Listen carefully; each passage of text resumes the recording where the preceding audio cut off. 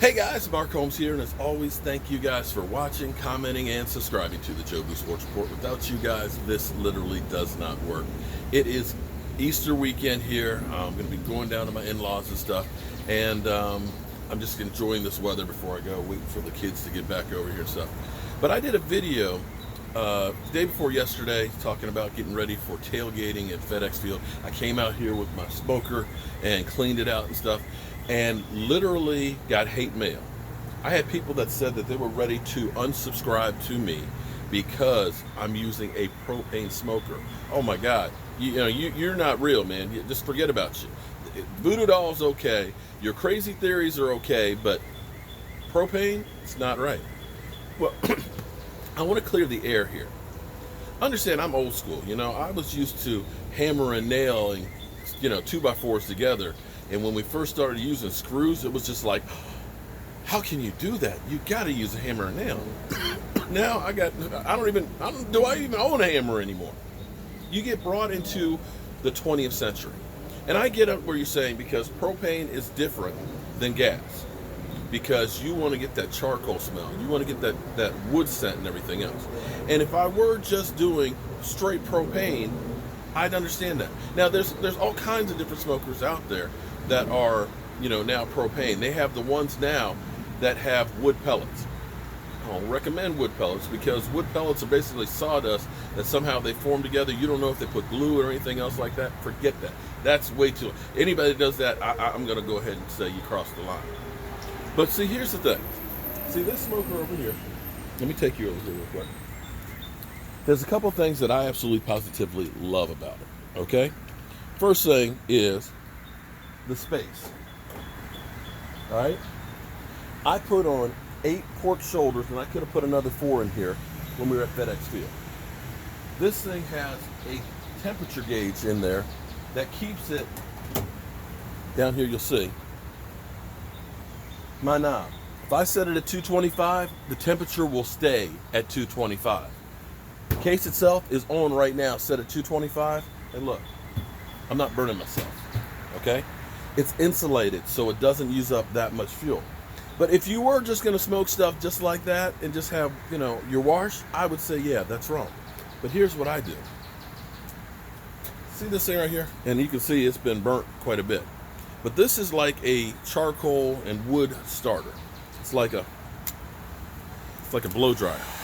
I don't know how it works, but you start wood with this thing. You literally put it in with the charcoal and stuff, turn it on, 5 minutes, you've got glowing hot charcoal. And so what I do, and I'm going to show you, actually, I was videotaping it and it shut off. So I actually started and I realized that the camera wasn't on anymore. But check this out. When I smoke, I get oak charcoal. See that? That's the real charcoal and stuff right here. Look at those chunks. And then I get bigger wood chunks, and then I chop them up a little smaller, okay? So you get mesquite, you get hickory, you get oak. Some people use oak, or apple. But check this out. Now, I started getting this going, but I'm going to finish it. So you put this thing here on, and just let it go. This is on low at first. After it gets going, then what you do is you put it up on high, which will really get it going. And see, this is because a lot of y'all just don't understand something different, something new. And I'm trying to bring you guys through it. Because here's what's great when you're doing this, is basically about every 3 or 4 hours or so, I'll need to go ahead and do some more charcoal and stuff like this to go into the pan. But this pan is right up underneath the heat source, so it keeps it constantly smoking the whole time. The great thing is, and even when you have those side smokers where you got the wood in the side smoking and it's the indirect smoke going in there, you have to be careful to keep that temperature just right. There's a lot of tweaking and things that goes with this. Once I get my wood chips in here, and you can see, look at this, look at that. Let me turn it up. To really get these going. And I will normally have a whole pan full in there, so there'll be more of that. But that will just smolder in there, and that will smoke for a good 3 or 4 hours. Come through, add some more. go ahead and do my little basting, a little basting stuff on there. Spray a little bit of beer and rum and seasonings and things on it. Spritz it, excuse me, not baste it, spritz it a little bit. But you can see, look at that. So then what you do with this, glove's been out in the weather here and it's a little stiff.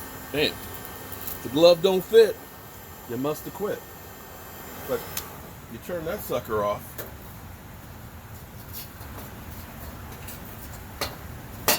And then I will add a few fresh ones right on top of it so it keeps on burning.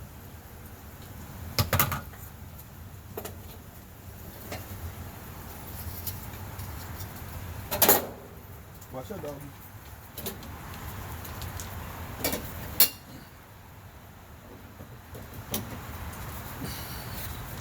And then you put that right on inside, and now you got your smoke. Now here's what's cool. All those that say that I suck and everything else, normally I would have a whole lot more stuff on top of them to really make it. Look at that. Look at that smoke. So what you got, actually let me just take the camera off. See, what you have is, you got your wood smoke, and you've got this heat element that's going to constantly make sure that that temperature is just right. Now look at that. Is that not smoke? Is that not oak? Is that not charcoal? And the other great thing about this is, one of these tanks, I have done 2 complete barbecue smokes with 1 tank. We're talking about 36 hours. So for me, being as busy as I am, this is easy. This takes a lot of that time and stuff out of there, where all I got to do every couple hours is put some more wood chips and things in here and just check the temperature. Everything else does it on its own. Now, like I said, I'm not knocking anybody for the way that they do things, because I used to do it the old school way too, where I'd have plenty of charcoal and wood, and I would constantly be out there stoking. I'd be up all night long the night before the game, but then by the time the game got here, I was literally passed out. But now it's pretty easy, and by the looks of the way my barbecue comes out, I haven't had too many people complain. So that's what we got. And this thing, it'll smoke like this for about the next 3-4 hours. Although I would put some more wood in there to really keep it going. So, haters, if you want to unsubscribe to me because I'm trying to do it a little bit easier way and actually get it more consistent, well, go ahead and hate on me. But this is the way I do it. And when you're sitting here, thinking about a game the next day, you're drinking a little bit of rum or a beer or whatever, and you're sitting there watching that smoke roll out of there, you're looking at that meat and everything else, it don't get any better than that. So, give me your thoughts, see if you understand what I'm talking about, and see if you still hate me. Damn. I wish I weren't leaving, because I would love to throw something in there right now. A little barbecue would be good today. I'm Mark Holmes, and I'm keeping it real. See you soon.